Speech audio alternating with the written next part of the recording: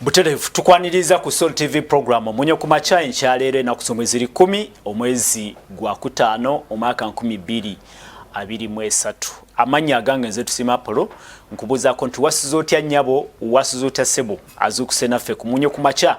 tukubaganya birowoozo ku nsonga eziriwo mu kiseera kino kyenyini ne bigenda maaso mu ggwanga Uganda bulwa kusatu tubeera ne Harold KAIJA myuka Ssaabawandiisi w'ekibiina ekya Forum for Democratic Change FDC tubeera ne Honorable Godfrey Kiwanda Subi ye National Vice Chairman ow'ekibiina ekiri mu buyinza ekya NRM bingi ebigenda maaso era bituleese okubaganyako ebirowoozo olwaleero omubiri gw'omugenzi retired Colonel Charles Okello Engola lwegenda okutwalibwa mu kisaawe Kololo mu mukolo ogw'okwebaza emirimu gye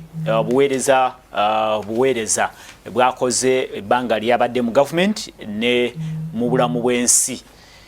Omukolo guno President Yoweri Museveni asuubira okubanga ye mugenyi omukulu mpozi ate olunaku lw'eggulo ne Parliament nayo yasizza ekitiibwa mu mirimu gy'omugenzi gwe bayogeddeko ng'omusajja omulwanyi Namige eyakola ekinene okutebenkeza ebitundu eby'omumambuka nga omumpembe Joseph Kony afuuse ekyonga erudde eyo. Tusaasira nnyo ab'ennyumba y'omugenzi abadde minisita omubeezi ow'ensonga z'abakozi n'amakolero ne Uganda n'amambuka gonna okutwaliza awamu naye ate twongerwa n'okusaasira abalala bonna abafunye ebizibu ng'ennyumba ya tata w'omugenzi Isima All Access Ibrahim Tusuubira naye yakubibwa amasasi ku nkomerero ya wiiki eno gye tukubya amabega nga yamala okuziikibwa. Honorable Colonel retired Charles Okello Engola tukitegeddeko nti ajja kuziikibwa wiiki eno yennyini olunaku lw'omukaaga ate Isima Tusuubira ye yakubibwa amasasi mu bitundu ebyekyanja yaziikibwa olunaku lwa Sunday. Ebyo bimu ebituleese okwogerako ensonga y'ettemu eryeyongedde era eribaddewo ebbanga lyonna ne okuba nti emisango gino najjo gigwerawo tetumanya butya bwe biggwa mu nteekateeka yennyini. Mpozi ekisingira ddala obukulu kye tugenda okwogerako kyekya okwogera mu ggwanga Uganda. Isima All Access y'omu ku abadde boogera ebigambo bye ng'ayita ku mikutu egya YouTube n'emikutu emirala egya social media n'ayogera ebigambo byewandigambye nti bye bikankanya ensi. Bangi aboogera naye mu kiseera kino ndowooza bali mu kutya nti okwogera wandibanga oteekwa kwegendereza kubanga abasinga okuvaayo okwogera bagamba nti obaolyawo ebigambo byazayogera okusingira ddala ku banene mu gavumenti byandibanga byebimuviiriddeko ebizibu. Kyogerwa bwogezi tetugamba nti kyekituufu era n'olunaku lw'eggulo n'amagye mu Parliament yayogedde ku ludda lwa ekitongole ekya UPDF yalabudde nti twegendereze fe abaali ku mikutu ebigambo bye twogera tutandika okuspeculatinga nti gundi eyafiiri kyekyamuse era nange njogera nga neegendereza obaolyawo. Lwaleero okwogera oteekwa kwegendereza kikyoyogere yinza okwogera ebiyitira n'omaliriza nga obaolyawo tebivuddemu birungi. Harold KAIJA buuza kwatulaba ku Soul TV tandike program. Njagala okutwala omukisa guno okulamusa mikwano gyaffe mwena bwe tuli mu buwambe. Njagala okubayuzayuza akakuba kabasazeeko nenoonya bw'otuuka gy'olina okutuuka kuba mwogo omwetaaga awaka teri agenda kikkolera. Njagala okusaasira mikwano gyaffe abali mu bitundu eby'ensozi Kigondi kisaidi z'Ekigeze Ekisoro saidi z'Ekasese saidi z'Ebugeso kubanga enkuba etayiika nnyo mmanyi obuzibu ki bwebaleetera someseza nnyo mbeera y'obudde oba climate change biki bye twetaaga okukola okusigala nga tusiba ettaka eryo kubanga ettaka eryo kupumbuluka oluusi ensonga ezimu ziva ku ffe enkwesa gye tukozesa ettaka tukute vegetation tugitemyewo ennaku ezo nalabye mukwano gwange Honorable Odongo otonga bamulidde naye nga ekimukwasa kulwanya butonde bwansi abantu bali ate kati gubayisiga misango gye Uganda obesi batugamba kwogera nayo nekusomera kakati okutta agamba nti bannange banazendi bakati mwate mbuyabye ensawo z'amanda 308. Ozijukiza Harold KAIJA. Yes. Abavayo kwekalakasa olw'ababbi b'amabaati. Yes. ate bo iruzira bakyalemeddeyo bamalayo ebbanga ddene nnyo okusinga abana bakola so nti wano mu Uganda bikusobera nabadde ndi awo nga mukodomi wa Museveni bamuwadde eddiiru ey'okusomesa emmwanyi era tetumuulya ngo kumanya bya mmwanyi era ne tweetinga ku mukoto gwange ogwa Harold KAIJA official ku Twitter nengamba ye omukwadde bilioni 3 agenda asomese emmwanyi as promoting ne waliwo katikkiro ne Buganda naffe abali wano utakiririmu emmwanyi tusomesezze emmwanyi teri atuwa kasende kakuzisomesa gwe tawulya nkonga ajogerako gobawadde sente Bugisu cooperative abagisu kubanga onoonya wa wali emmwanyi okujjako nga sente kigererwakyo si kyakuziteeka mu mwanyi naye banga ddala zakuteeka mu mwanyi noonya abazirima noonya abo abakulembera abazirima bw'oba okwasa sente ezo bwe tubanga ddala twagala kubanga olwaleero akatale k'ensi yonna katuwa tons milioni 2 ez'emmwanyi ye kwota yaffe ne tusobulako 5 kakati bano abalina passion abalina okwagala okukulima emmwanyi abo beweetaaga okuwa sente ezo abategeera omulimu gw'emmwanyi kakati juzo ogambye okusomesa ate okendeezezze seedlings endokwa kubanga ono budget ebadde yakaggwa nga tebaladde mu sente za ndokwa kakati ate obamye ensigo ate bagamwongeremu amaanyi kakati oli omugambye okulya omwadde omugambye okulya ate yongera okulima so waliwo ebintu ebyecontradicta nga byendowooza bijja kuleeta kati bw'osanga bali abenjogeza kati gitule abanashomera gibagala boogeza amaanyi okukanga wesanga avumye akoze atya ne mugaate bimuleetedde obuzibu so n'olwekyo ensonga ezifaanana bwezi ezeeta abantu okwennyika emitima okwogera ebintu teekawo obwenkanya ajja kuba musirusiru ate ayogereyo tumanyi nti we musirusiru kati tweyanzege Harold KAIJA munakibiina kya FDC Harold KAIJA ndozo tugende ku nsonga yaffe yennyini ISMA All Access ne banne babadde ne platform nga kwe bayise obaolyawo eddoboozi lyabwe bo obaolyawo bebalabanga tebitambudde bulungi naye bw'oddayo n'owuliriza obutambi bwa ISMA All Access n'abalala bonna ofunamu kiri nti bandibadde ne bakoma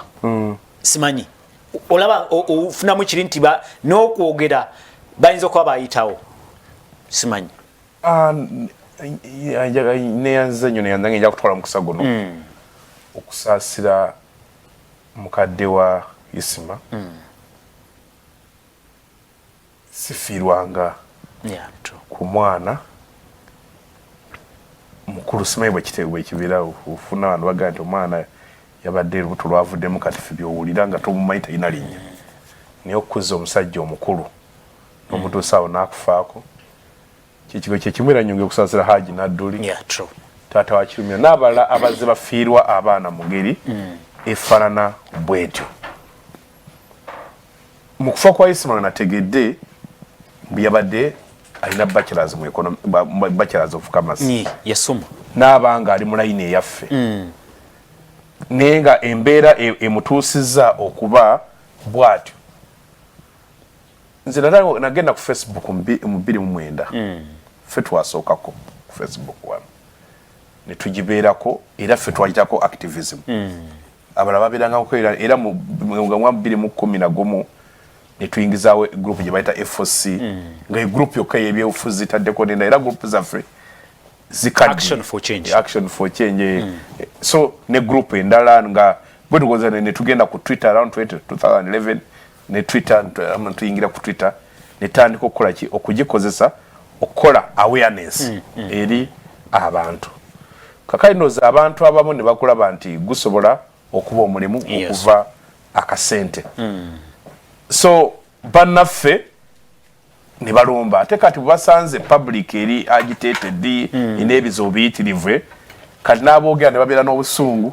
ate nabo nga balina ebizibu kati abamu ne bafuuka ab'amawulire nga tebagasoma kakati ne wajja bino owuli aba radio abakuba ku radio balina mwogo baagala kamwogo najja ono n'akukuba ate omusasule kakati munaffe kati nga ISMA n'asituka n'atuuka wano bamututte w'omukulu bambi osanga n'akyamuka nze nadde wala weradde ngamba oba singa bwe yatuukayo n'asaba omulimu ng'omuntu yakola bachelors of commerce no bandoza kana alabanga emyaka egimuseeko okukola okurefreshinga obwongo kubanga mbadde sijaga I met him 2018 try to weze emyaka 2 ngavudde Sweden najjako okugunda ku mukolo gwe FDC then mbadde simugoberera nnyo kubanga oluusi abantu batera okusalamu basalamu baye buyomba nze mba njagala okutunulira omuntu ng'alina issues enjo kulaki okunotinga wansi kati okwogera ku social media generally kwabo bonna yes yeka n'abalala kati ate waliwo naddala tiimu y'aba Mwami Kiwanda ereese obuzibu ekibiina kyabwe ne gavumenti yaabwe erimu entalo mpitirivu kakati buli omu bw'aba alina kyavuga bapangisa abaana abo tebalinga ffe abatuulako mbusaawo kuwa ndowooza yange nze ebintu byenzisa ku Twitter Harold Kaija official ndowooza yange ebintu byensa ku Facebook Harold Kaija ndowooza yange ebintu byensa mu YouTube yange Harold Kaija official ndowooza yange teri ansasula mbunjogere yes kakati kadami badde mpulire nabadde nsoma ngawula their guns for hire kakati akukuba bamu olyamuwa nakuba kakati ate najja nakwetondera ne waba wate munembuka akunoonya ate omusasule kakati ate ogenda okulanga akyusizo olulimi kati nga tuli mu bantu abakambwe Uganda efuusenga Mexico Uganda efuusenga Colombia siwava enjaga eyo yes bwana wano weeri eyitawo wano lutu nnyo okimanyi transit yanjaga nnyo kakati bw'obeera mu nsi eya ddiiru ng'eyaffe weegendereza nnyo layini kw'otambulira bw'obeera mu nsi eya ddiiru ng'eyaffe weegendereza nnyo layini kw'otambulira bw'ogamba nti okolera Kiwanda kolera Kiwanda bw'ogamba nti okolera Apple kolera Apple njagala gamba n'abalenzi abo abakozesa egyo emikutu muyiga okukola kye bayita verification of information kubeera kuba nga abasinga bayita bloggers nesi ba bloggers even not even vlogs no it presupposes kitegeeza nti ogenda n'onoonya content n'omuleetanga mutuufu n'aba bwino n'ojja ng'otwadde esibwa nti onazze n'akutika ebintu mu mutwe n'ojja n'obireeta n'obikubawo nze era n'alyongedde okubagamba mayite mikwano gyange olwaye bannayuganda bannange yes abamu nti njagala Kiwanda akusasule kumupromotinga saagala Kiwanda akusasule okuvuma Apollo kubanga bw'olaba yetataddeeyo feesi ye manya Apollo si mwangu kubanga ffenna tunyinga mu ngeri ya njawulo muganda wange kirumira ali obbi wange nasoma naye era ntusigala tumanyiganye sirumira twakola ebintu byonna ffenna yes very tight friend olunaku lumu twali ku CBS yamukubira essimu n'ayogera ebikankana twafuluma ne mukubira essimu ne mugaye mu byoyogera ffe tulina obyogera gwe abasajja otuula nabo nze njagala ngembu nafunye information musajja atutegedde naye gwe ogamba otuula nabo natudde mu meeting ne gundi kagamba okona atula mu meeting yafulumya ebyaffe gwama neze bwenjogera gati babiwadde baani byeboogera byo gyebiri yes ebimu gyebiri exceptions mu yes kubanga kankuli abantu abamu buli mubi taya kumwogerako nti mubi nyatro ababbi batukulembera mu kyaki najja natula mu kyaki yawe omuntu bwayogera ku bubbi bwe bobulya yes n'obutali bwenkaje mu ggwanga Uganda ndowooza beera olumunga ali kuliko amazima mulimu amazima yes mulimu amazima naye tebaagala bakola ki kuboogerako baagala ng'ensi mulabe wakitiibwa waki nga mubbi kakati buli ojjayo kakikyawe bwoti oba oleesa obuzibu naye akati wano oluusi bateekamu engineering ono akuwamu ne information oluusi enfu n'omuntu badde bamagamba oluusi ng'ono omutima gumuluma n'akuba akasimu ng'amaze kamange nakubira naye ate omaze okubyogera so nze ŋŋamba mugikozese kubanga muli ba business temuli baffe nze aba political activist njogera politics genda bw'aba Kiwanda promotinze okugira kisobokaye yogera ku Kiwanda ebirungi bye b'opponent be toboogeramu opromoting eki Kiwanda agente ono promoter wa Kiwanda naye Kiwanda bwana akuwa sente ogenenga kati gwe Kiwanda tomogera nako gwamaanyi ogamalire mu kulumba abo Kiwanda bavuganya nabo muganda wange bajja kutomeza fuso ndi mukugamba era obiwulira era bwogenda okwetegeeza kwanze mbadde zikyenkola kusoma nosoma ngola it could have been a deal gone bad kubanga abadde wenare naye n'atuuka okuziikibwa nga teri Kiwanda namba 4 akulira Buganda yali badde wano teri kiyamaani wenare owe mukono gye bamuziise kati wabaddewo bantu bwabo asanze go bawadde omuzino ne bagwa buli agwagala ate naye n'ayogera ng'omukyamufu nze kyova nze soogera kyesimanyi mala kuverifyinga nenkuba obusimu okakasa kino kyennyini kye tubuuza nti kati okwogera ekintu no si kwegendereza platform yogera ebituufu yogera ebiki ebituufu oyitawo yes ebituufu oyitufe tubyogeredde ebbanga era basahade musajja gwotukuba ebituufu nga bamanyi toyina gwokolera bamanyi oyogera byokkiririzaamu omuleyi wano president ngaga njagala nnyo byokola ki si wandowooza yange mumayi betwogera nabo ndowooza Kiwanda sigala amanyi byenjogera naye amanyi sirina nteekamu kateepu Kiwanda lwali mayambu nyina nteekamu kateepu ojagala ngaakulaba nga oli mupakasi naye akati ekyo ekipakasi mukikole nga mukigenderera kubanga abantu baffe bayononese bafuuse bakambwe moyinti akugambye gundi observer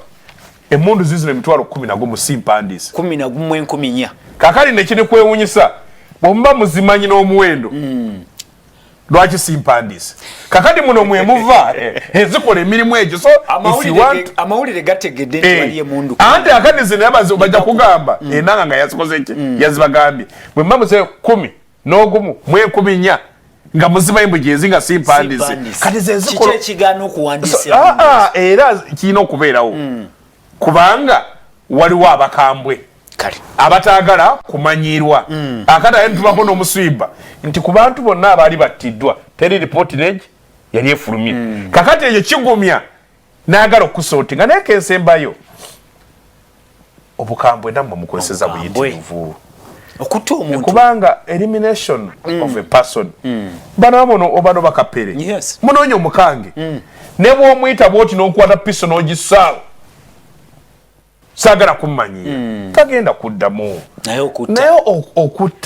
okutta kuba kati ono nebwa omuyita n'omukuba oluyolo bano siba gumu nga ffe tasobola kukola ki tasobola kuddamu n'ojja genda okulya singa onoonyereza bano bakiwanda bayinza n'abakuba bamanyi lega nti oyo ayina ezaagundi obanga ono yamulidde sente ze ale n'amalina okukola nakino n'akimenzizo bwakimeza akiwanda kiwanda namwa $5,000,000 kaka najje wa Apollo musajja ampadde 10 ne ampadde 5 nomuganze nkuwadde ki 10 kana ovumbeera kakati ono nagamba okay ezango oziridde tebazirya bwe batyo so naye obukambo buno mbadde nsaba bwe tuzinde eggwanga bwe tuti bwe tulaga wabi walabi omuntu abadde ekizibu n'akataka zimuza abadde just foot yagenze n'amutta n'akwata ebitoke n'abikola ki kakati buli omu agenda kukozesa kyalina akubise omuggo akubise abagenda mu ddogo alikole abagenda akwate ejjambiya tukiziima ne tulowoozanga ekitono naawe omwojja okukafirira wajja kwaza endowoozanga bano abaana nga tubagamba tenamu obukambwe bungi obukambwe emundu oteka pere Soul TV program munyo kumacha atulaba amanya agange nze tusima Apollo Harold KAIJA neera twanirize Honorable Godfrey Kiwanda Subi nsaba obuuze kubalaba Soul TV atukale tutabuuza atukale tataya kunsonga kama wange KAIJA ngamba nti abakulu tebatuuka leeti bakeresebwa bukeresebwa they were only delayed but we are not late nenjagala nsabo babuuze ogende ne ku nsonga yennyini okubetondera n'okubabuuzaako mikwano gyaffe mwenna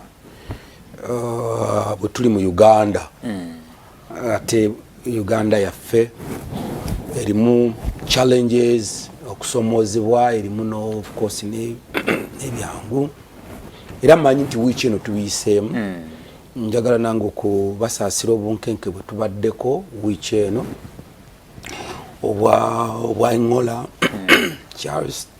ate then Isma n'okufira okulala kubadde kulungi mu byalo eyo tusasira mukwano gwaffe Keti mukyala we yafa ne bamuziika mukwano gyaffe mingi bafiiriddwa aboogera ku mikutu naye nga sinatuuka kuboogera ku mikutu njagala jasi okwongera okubajjukiza kubanga twagala nnyo abantu bano kubanga balina kye beeyongerako bulijjo nti ng'ennaku z'omwezi 22 paka nga 24 tuteeseteese omwoleso gw'abalimi oba omusomo actually si mwoleso omusomo bantu mujje mukuuke tujja kuba Kiryokya omusomo guno gugenda kubeera gwa district ya Kyankwanzi Kiboga ne Mityana tujja kubeera Kiryokya primary school mu Kalangalo sub county tuyisa abasomesa bonna tujja kubeera mu gwa 7 ennaku z'omwezi nga 24 so TV ejja kutandika okw'obulango bwaffe naye njagala okubajjukiza olw'ekyo mu programu yaffe gye bayita Kisoboka a culture show it's a culture expo tugenda kukola 12 around Buganda bwe tuvaawo tugenda Mukono Greater Luweero Greater Mubende the whole of Buganda tujja kubanga tutambula ekisinga obukulu kwe kuleeta amagezi ag'ekikugu eri abantu baffe abakola omuntu amanyi nti kino nkikola afune awareness afune ekintu ekituufu ate afune ku bbeeyi entuufu kakati tugende ku mulamwa omulamwa gw'abantu baffe okwogera ndooza tuteekwa kwegendereza kati buli omu kyayogera but that's natural mu Luganda bagamba nti kamwa kabi kasasiro ganga then tuyina olumu nali nsomesa Gambobbi wamwenga alisanga ku mwoyo liba kweriri naye ate naku ezimu nali nsomesa avuka ne mbagamba there is a topic what we call choose your words carefully yeah. Choose your words carefully byoyogera oteekwa kusooka n'osengejjamu ku buli kyogenda okwogera wadde ne mukyalawo wadde obyogera ne Apollo wadde mbyogera ne KAIJA netwogera ku online activism yanti online ekyo Gambobbi online activism era ebintu byateeka ku line biva mu muntu yennyini because online teri mu bank aida atula ku simu ye n'akiteekako KAIJA n'akiteekako it comes from you ebigambo byetwogera ku mpewo abakuba amasimu ku mpewo bina kusengejjewa not only for you nti bulamu bagenda kutta biki but also you have friends waluluse twogera ne bikosa abantu but tetegeeza nti betunayogera bante binakugo bikosa anti kyekimanyengedde okubuuza nti tunayogera birungi byokka nekyeyogera ate ekirungi kiinera omuntu omulala gwe kinyiiza ng'ate olusi kyandibadde kirungi kwano gwange ennaku ezo twatwadde ne skando y'amabaati I made a statement very genuine statement mukwano gwange omu nemunyiiza nnyo and I had to apologize to him naye ng'ate nze mu kujoogera najogera nga genuine nenga Munnayuganda ekyomukisa omulungi bw'oyogera bw'otyo ng'oyogera endowooza yo wagirowoozezzaako wagisengezze ne bwetuuka ku level ng'ekutuusizza n'ofuba ne bakukyawa you still remain on your ndowooza era osigala nga teweesalidde musango n'omala naye bwe babeera nga KAIJA ngaga nti bakikuteeseemu buteesi yogera bw'oti first of all you don't believe in what you are saying ofune ekizibu honorable nze ndowooza abamu si buli omu nti babateekamu buteesi nzijukidde Jakana Nadduli ndowooza naye njogera omugenzi Jakana naye yali bwetyo oba oliawo Jakana was speaking his heart yes waliwo aboogera ekibali ku mutima ng'awulira nga lazima waliwo ekitatambudde bulungi nakati bangi era weebali sibe bannamwatulira weebali Dr. KIZZA BESIGYE will speak his word General Kaguta Museveni will speak his even when it bwalaba kiringa ekinyize naye akyogera naye bwobanga oyogedde ekyali kikuteekemu buteesi you even be able to defend itself up the end and even when you made a mistake nga kikyo you be able to say I'm sorry and that sorry will be very genuine kubanga you are not paid to do that. Kakati Apollo tusaasira nnyo mikwano gyaffe naddala taata wa Isima tubasaasira bazadde mutuzaala ne tuyingira mu nsi ne tukola byonna bye tukola and it comes back to you even to our wives, even to our relatives, because when you get wano it goes to my wife, it goes to my kids, or you know, one day bana bange bangana n'okubakyalira ku ssomero because nga baloza daddy wajja ku ssomero, you know, everyone ajja kugwe oba wa time ntono nnyo onagenda ekitendo okulaba omwana time gye nalaba omwana malayo 3 hours edakika maybe 15 the rest nga bantu ona de kinora akutwamcho you a public figure. Yeah, true. So that means our families suffer what we do, our actions. Yes. Our actions by suffering abamu tunyigirizibwa olw'ebifo oluusi bye tubaamu then kitegeeza nti oluusi nekiwandibadde oyogera n'otakyogera because of the position you are holding. Akintu kitandise leero when you got the Bible in no era ebigambo ebiseera ebisinga bwe bijja birina either bizimba oba bizimbulula. Kakati abantu kye balina okumanya nti yes gundi ayinza okuba ayogedde kitakusanyusiza but the extent ey'okumutta it cannot be a solution. Yeah, it can't be. Tekisoboka nti kati kamutte oluloko kifemu you can counter fe tubeera ne KAIJA nga tuyina kitakkirizganyizaako but reason it. Hena ulidde President Museveni agawe nti eyo si enkola yaffe ina yes reason it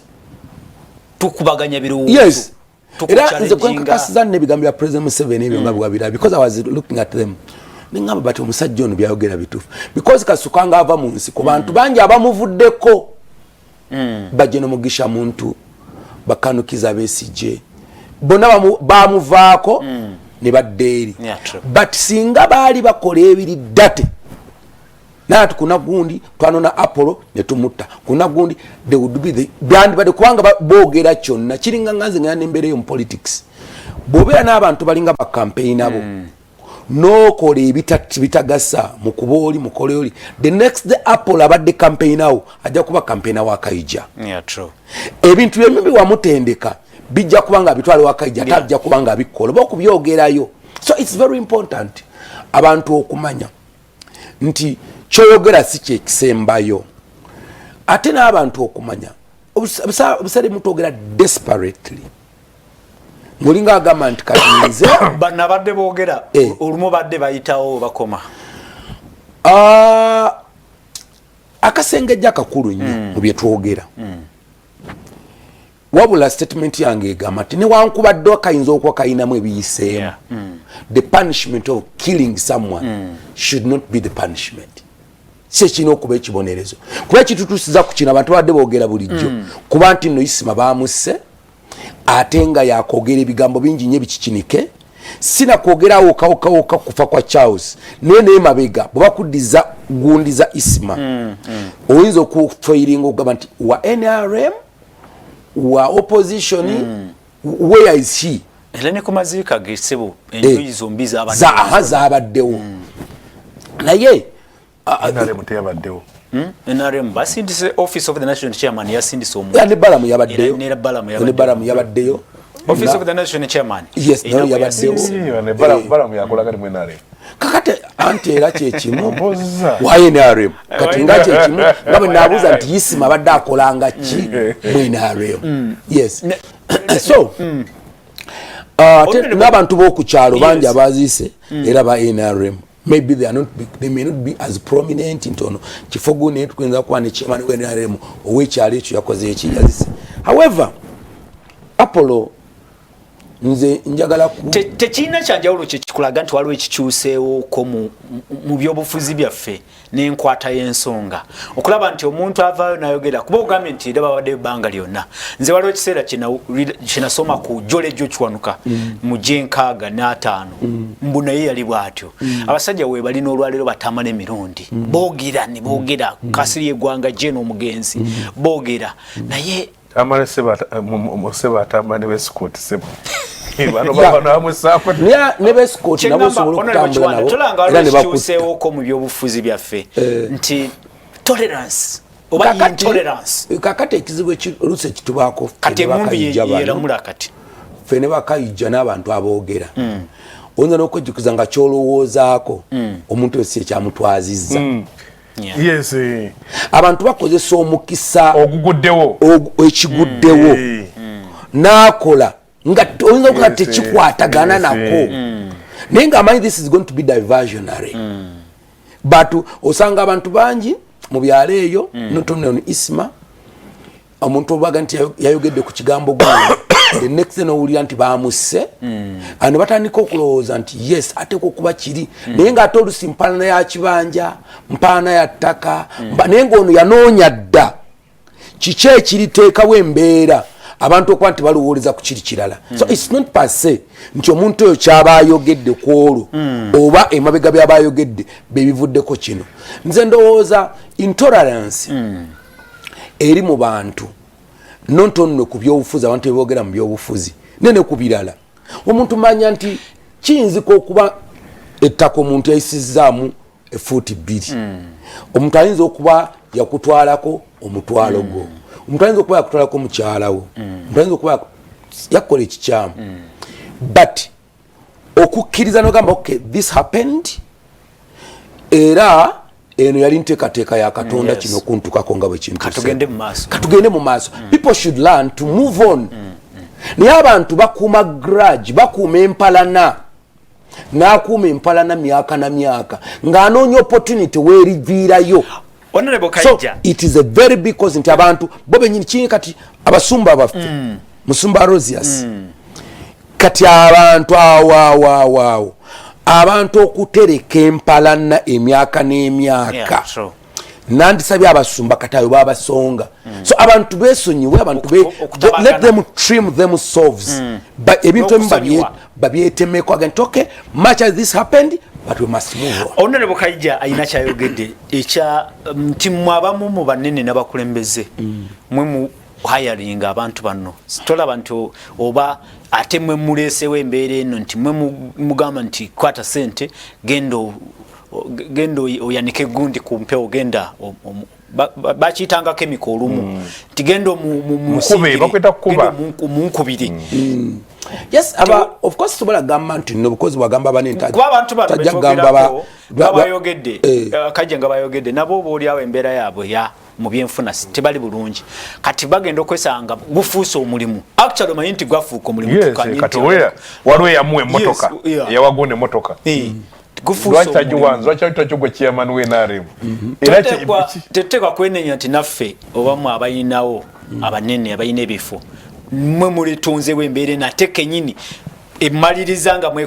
mwekoze eki mwebeekosa oba oliawo kati sijja gamba nti no oba yes olw'ensonga nti abanene bonna sisula nabo sibeera nabo and this does not mean only in NRM era ojja kusanga nti nenjawukana oluusi ezibeereyo mu opposition osanga omuntu omu n'agamba nti gundi mukube chemical okiraba munkubire era abantu abamu bemmanyi obulungi aboogezi boku radios nga yamanyi nti nno ye yateekawo embeera nti ye muvumi to the point nti yasasulwa lwakuvuma n'ayogera byamanyi ne byatamanyi kakati jjukira ate omuntu gw'ogenda okuvumira takuwa information yonna yakuwa information ekwata ku side ye kubanga ayagala either mu defending either okusanyusa akusasula so mu kusanyusa akusasula you are hurting the other side aye tasobola kugamba nti yogera ku byange KAIJA badagamba nti gwe yogera bogezi era Kiwanda yambadde suit wet yagala abere nga atandika okucompare nga kale kakati KAIJA abadde ati ate Kiwanda abadde ati kakati KAIJA abadaga no please yogera ku oli owuwo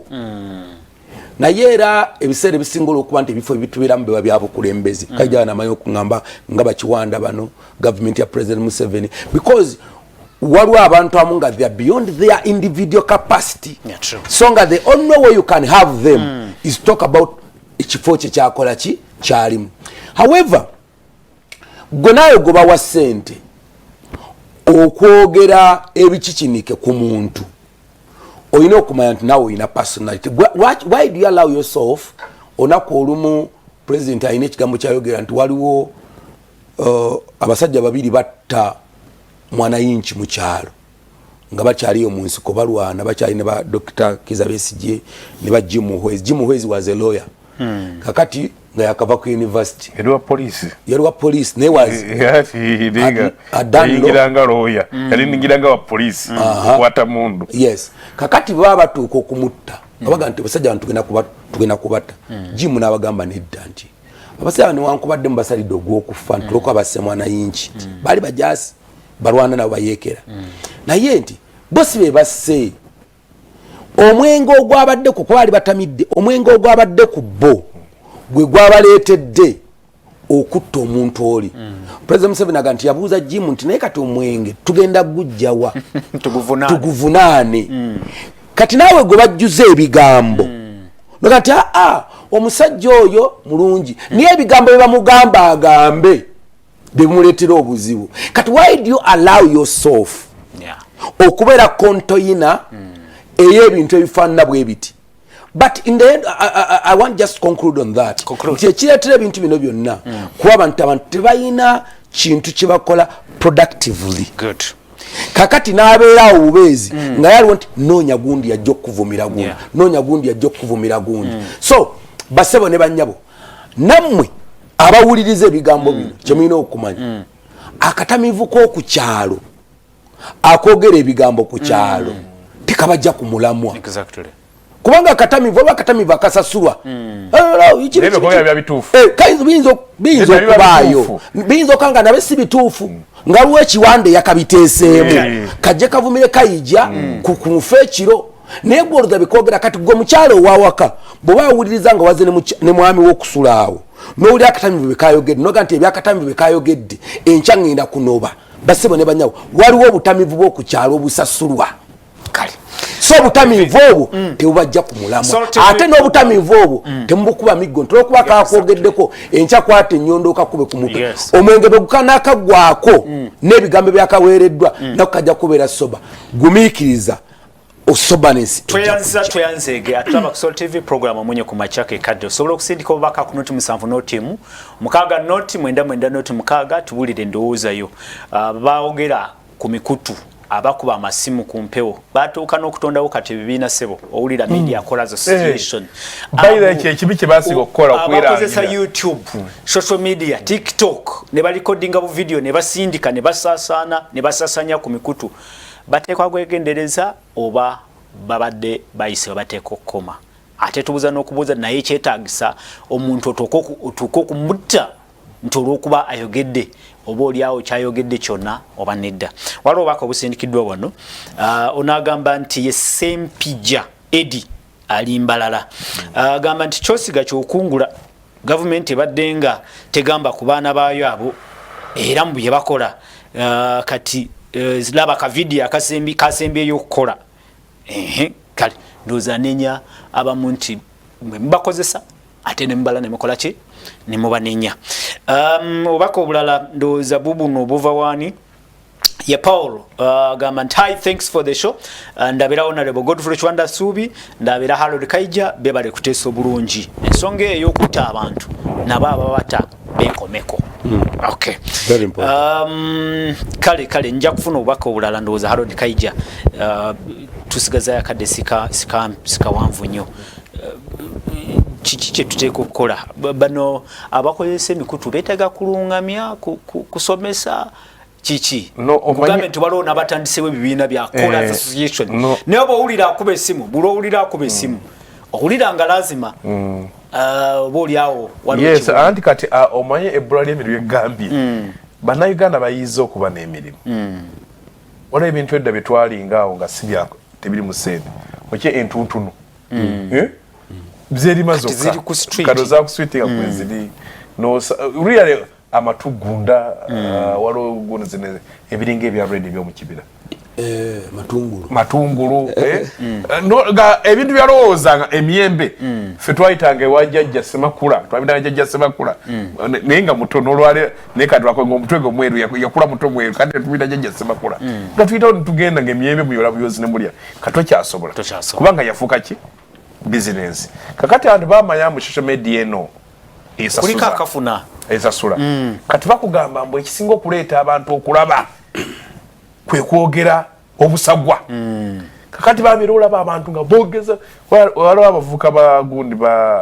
abalwaninga YouTube channels bagenda bajja ne bankyaza kubawonya era obula koyinga agereze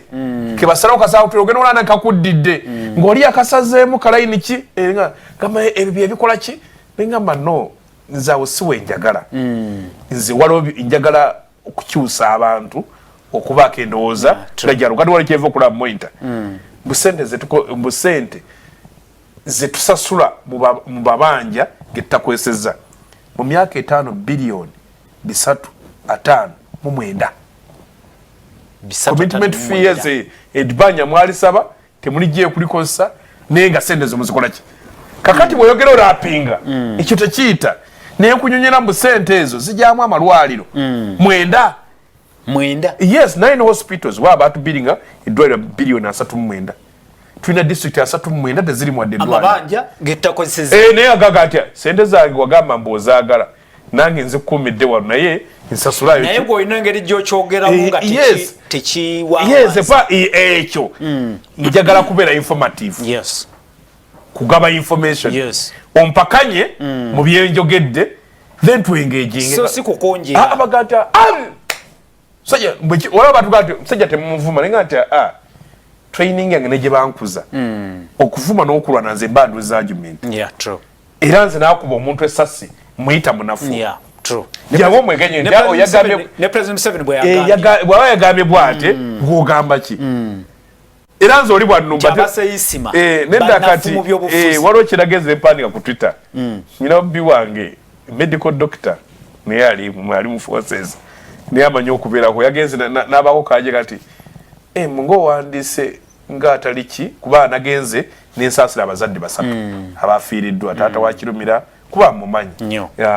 nadduli kumanya te pastoral level yes katono ogunta taguno ngombe simanyi ngo omwana mukola ki nenga mpulira nnyo ebireno omutima gwange balowoozaako n'awandika n'agamba bulijjo ndowooza olina zi masters degree nange ne mugamba ekibi tosoma nga masters degree katomanyi ku masters degree tetusoma byonna ffe tukolera mu case study kati case study yange abantu aba basatu bakuwa ekifaananyi n'abalala abalakola ki kanage gabulaga ate omuwadde levo nga simuvumye naye ng'osookatobulaga ati oli musirusiru totege ogenda okwesa era nsira nnyo yes era nnya n'abantu banga nti abatera okujja kuwulira nti mbadde nyina omuntu gwengenda okuvumira ku page yo naye njibaye page yo si yakuvuma Erega no oli mu engaging mudda muki ebigane kati endi mugamba abaana bano ti abantu bakambuwadde sente zibakola ziddugala olwaleero n'enkya obulamu tebugulwa yes kakati njagala ogende ng'ekyo kyogerako akulabe ng'oli munyonyozi wa nsonga naye takulaba nti waliwo contract wakati wa Kiwanda naawe gye muvuganya kakati gwo akuwa information nga luusirage bamayina bagamba munkubire kati gwe ebigambo by'okuba ng'obikola ki gobiya ne abakambwe wano wetulaga wazibu kubanga Juli ate nze kyemmanyi nyina experience ku bantu basatu teri muntu atta muntu n'aba n'emirembe omu omusajja yali nalina girlfriend nga brother we ng'ali musirikale kale ng'abeera ngamba nti mukodomiwo mulwadde naye mugweddaga talikola ki talimira one time tuba tuva ku pati emu n'atuleka n'agwa wansi nemuze nti muko kiki nangamba twali mu magye nenkupa omusajja amasasi ki eggulu naye buli omwezi ogwo bwe gutuuka n'eperiodi mulaba nga akoze eki ankutte I want to tell you nesikasebwa nga yagambanga yakyogera nenga tanyoga nti okutta omuntu tosobola kuwummula tosobola Isma akamwakeke kamusizza bino bigambo by'abantu abatwayo n'abaganda akamwaka bitekaza nti abadde tasengejja bigambo ono Juli ali USA twebaza nnyo Juli ono mulabi waffe Juli oli otya USA Ono Lwanyaga Paul era agamba nti ndabira abakula bali mu studios bebali kuteesa neera naffe abakozesa emikutu tutekwa kwegendereza. Honorable akadde ono agamba nti ye muyimbwa ekikandwa musazali ya Wovatoyombye sebo lyeryo lyesazalyo aga tulina obutamivu bwokukyalo obusasulwa okuvuma butwaha Honorable okukizindalo yes bandoze wawe tebwaja kumulamwa chuli tumuyigi ono yalina ekisa tajja mba kwa masasi nete mumunyiza nnyo ayize mba kuba kipo agambye nti chuli tumuyigireko ichuli yabadde isima abatulaba yono isima yakubidwa masasi agamba nti ndabira Wovatoyombye tulina ye 226 kale tweyanziza omukulu n'abalaba Soul TV akadde katuwedde muyimbwa namuyimba ndoza tuwunzike program Honorable nze kyenda banga abantu bana babadde abagenda maso n'olwalo okwogera ku mikutu gino nabo tetekwa badismissinga olumwalo bibogera kongo olaba lazima nga nsonga bobanga ojjukira bulungi ensonga y'ekisaawe Entebbe era yasinga nnyo okuyitira ku mikutu awo bayogera ensonga era twalabanga ekisaawe ky'Entebbe obubbi n'obulyako obwali kisaawe Entebbe bwakendera yes that was okay katulina campaign y'enguudo yes tulina campaign y'enguudo tulina campaign y'ebyobulamu bera sport bakulabe nga teri akola ki katula waliwo abalese ebifaananyi bitali bya awo gotta campaign bwete ebifaananyi nga si bya Uganda dede ekifaananyi kya Uganda okiseeko no buli awo nange nayise gundi alese ofono pondo ngenze mwana nawe ngidde campaign alese oluguudo wabwe tolulu ruyari naga abayinura naye kagina kakali bwekya nawe otwegaseeko tananzira Honorable tukoze tutya okuyamba abantu bano oba okwewola ebintu nga bino okumaliriza nga kuyiwa musaayi wano kisooka biba bikolako ffe tusooka okukyuka tukuli mu nsi abantu bayinza okwogera ebyo byonna byeboogera nga mwami Muyimbwa bagambye waliwo omusajja alina ekizindaalo mu kyalo ekyo ayogera kiwanda akuva ku makya paka lwaggulu yes yes ayogera but of course n'abiddamu n'akola ki but ekisooka kwe kumanya nti abo gye bali abafaananayo bato obutamivu bw'oku kyalo gye buli era olina obumanya naye ekisooka kwe kumanya nti obutamivu bw'oku kyalo butwaha bwa nti bukujja ku mulamwa beera ku mulamwa ate kimanyi nti osobola obusonyiwa busobola okuba transformed ne bukyuka ne bukola bulungi naye nammwe bye bateekamu ebigambo mulekerawo okubeera just career lekerawo okubeera just nti gwe mutwe gwo gwafuuka nga kasasiro ekiteezi gye bayiwa ebisasiro nti buli muntu yenna alina kasasiro amuyiwa mu bwongo obwo kati gwe nobeera ng'ofulumya kasasiro wegendereze nnyo obutafuuka kimotoka kya kasasiro kubanga ekimotoka kya kasasiro era avaako abeera kasasiro so making sure nti obwongo bwo beeramu kyobuteeseemu nti bwe baagala okuyiwa kasasiro basanga bwina ekijjuddemu jjuzaamu ebigambo ebyamagezi ebigambo ebizimba ebigambo ebitwala abantu maaso ne buli lwe banaasanga nga buli empute omuntu ajja kufuba nnyo okuteekamu ebibye ate olusi ebyeyi byati okwogera ate gwe ng'ayagala abikwogezese kubanga gwe omutwe gwo agusanze teguli mukampa Mwami Kalungi ali Kibaale gamba thanks for the program naye kyosembyeyo nakyawo kale kibadde kigambo kya Bible nti the end of sin is death naye ate kyoyongezaako ndowooza si ekituufu tekivuddeyo bulungi mu nteekateeka yennyini tweyanza nnyo tweyanzeege abalaba Soul TV obaka bwobadde bukyaliwo wano naye olwakadde munatusonyiwa nti tujja kubanga tukoma wano wennyini nteeka okwebaza Honorable Godfrey Kiwanda Suubi sebwebale nnyo Honorable Harold KAIJA sebwebale nnyo agamba gwosooka naye nosembyayo nzi kuba yabaasoosi ekigambo ekisembereyo ddala KAIJA yes no bannayuganda temutya kwogera nammwe abalina obuyinza temusirisa bantu kwogera kubanga buli amaloboozi nemugasirisa muleetera abantu okubwatuka abantu lubawogera emmeeme yaabwe enkakana naye naawe ayogera yogera ekituufu ekyokubiri tobeera mupangise kwogera oli byatiri olaba abitidde byogera kiba kitegeeza gwayogerako si wa mukyezo naawe omukambwe ngekakkanya obukambwe mbadde example nti teri muntu atta muntu aina mirembe geno banonye nga tonnatta nonya eri amusole bwali katonda bakume onalebe nekyo gamba mu seconds. Choose your words carefully. Choose your words carefully. Ebigambo byoyogera bisengejje birowoozeeko nga tunnabyogera. Wuliriza nnyo okusinga okwogera. Kyovola boyina akamwa kamu ate oyina amatu abiri. Kozesa nnyo amatu okusinga akamwa ako. Wuliriza nnyo then bw'onoofuna information bannange